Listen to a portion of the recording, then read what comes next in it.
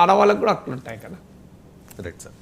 And Revanth Reddy నిన్న ఒక సంచలన కామెంట్ చేశారు సార్. గతంలో కోమటిరెడ్డి వెంకటరెడ్డి అండ్ సంపత్ కుమార్ వీరిద్దరు సభ్యత్వాలని కూడా అప్పటి బీఆర్ఎస్ గవర్నమెంట్ రద్దు చేసింది కాబట్టి కక్షపూరితంగా ఇప్పుడు కొంతమంది బీఆర్ఎస్ ఎమ్మెల్యేల సభ్యత్వాలు కూడా రద్దు కావచ్చు అని చెప్పి, ప్రజాస్వామ్య దేశంలో ప్రజాస్వామ్యబద్ధంగా ప్రజల చేత ఎన్నుకోబడ్డ శాసనసభ్యుల సభ్యత్వాలు రద్దు చేయవచ్చా, అది నైతికం అనిపించుకుంటుంది? అంటే రద్దు చేస్తారన్న కాంటెక్స్ట్ మీకు అర్థం కావాలి. మీరు మొత్తం న్యూస్ చదవండి. దాన్ని కాంటెక్స్ట్ ఏంటి అంటే శాసనసభలో డిస్టర్బ్ చేసినప్పుడు వారు కాంగ్రెస్ ఎమ్మెల్యేలను కూడా ఏమైనా యాంటీ డిఫెక్షన్ అలా చేయలేదు కదా. సో సస్పెండ్ చేయడము, వారిని ఎక్స్పెల్ చేయడం సభ నుంచి. కానీ అది కోర్టుల్లో కూడా గతంలో తీర్పులు ఉన్నాయి.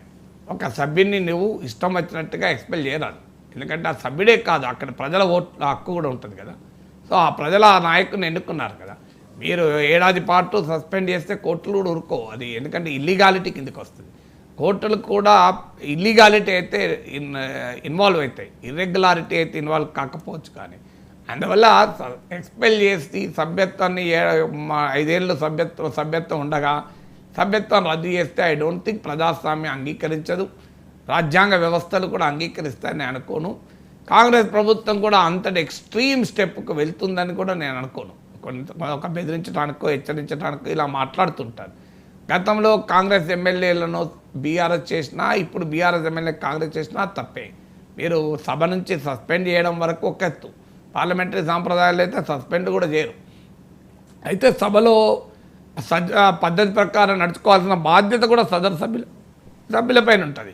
నేను నా ఇష్టం వచ్చినట్టు ప్రవర్తిస్తాను, సభకు అంతరాయం కలిగిస్తాను అని సభ్యుడు అనుకోకూడదు. అధికారంలో ఉన్నవారు మాకు అధికారం ఉంది కదా, మేము ఎవరినైనా సస్పెండ్ ఎక్స్పెల్ చేయిస్తామంటే మీ అధికారంతో సంబంధం లేదు, ప్రజలు ఇచ్చిన అధికారం. ఇలా కాంగ్రెస్ పార్టీ ప్రభుత్వం వల్ల వాళ్ళు ఎమ్మెల్యేలు కాలేదు. వాళ్ళు ఎమ్మెల్యేలు కావడానికి ప్రజలు ఓట్లేయడం. సో కాంగ్రెస్ పార్టీ ఎమ్మెల్యేలకు ఎట్లా ఓట్లేశారు, ప్రతిపక్ష ఎమ్మెల్యేలు కూడా ప్రజలు అలాగే ఓట్లేశారు. మీకేమో అధికారంలో కూర్చోమని తీర్పు చెప్పారు, వాళ్ళకేమో ప్రతిపక్షంలో కూర్చోమని తీర్పు చెప్పారు. అందువల్ల ఎక్స్పెల్ చేస్తామని అనడం కూడా కరెక్ట్ కాదు. ఎక్స్పెల్ చేస్తే కోర్టులు కూడా ఊరుకుంటాయని అనుకోను. అందువల్ల అదొక పొలిటికల్ హెచ్చరికలాగా పొలిటికల్ కంటెస్టేషన్లో ఏమవుతుందంటే సభలో ఒకరికొకరు గట్టిగా వాదించుకుంటూ ఉంటారు. వాదించుకునే క్రమంలో ఒక మాటకు మాట పెరిగి కూడా ఒక్కోసారి మాట్లాడుతూ ఉంటారు. బట్ ఏదైనా అలాంటి ఆలోచన ఉంటే అదైతే ప్రజాస్వామిక సాంప్రదాయం అనిపించుకోదు.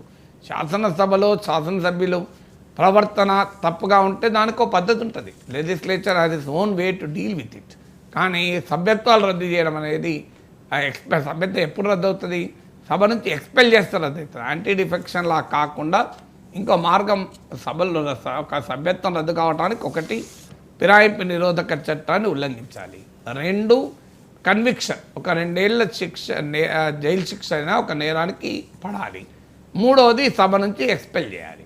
సో ఆ మిగతా 2 అయితే ప్రభుత్వం చేతిలో లేవు కదా. సో అది 3వ ఇప్పుడు యాంటీ డిఫెక్షన్లా ఉల్లంఘిస్తే వాళ్ళను అది ప్రభుత్వానికి అనుకూలంగా ఉల్లంఘిస్తారు కనుక డిస్క్వాలిఫై చేయరు. ఏదైనా క్రిమినల్ చర్యలో ఇన్వాల్వ్ 2 ఏళ్ళ జైలు పడితే అది కోర్టులు ఇవ్వాలి శిక్ష. ఇక మిగిలింది ఏంటి, సభ నుంచి ఎక్స్పెల్ చేయడం, కంప్లీట్గా 5 ఏళ్ళకి ఎక్స్పెల్ చేయడం. సో అలా చేయడం అప్రజాస్వామికం. అలా చేస్తే కోర్టులు కూడా ఇన్వాల్వ్ అవుతాయని నా నమ్మకం. Right sir. వచ్చే 2-3 నెలల్లో మహారాష్ట్ర, హర్యానా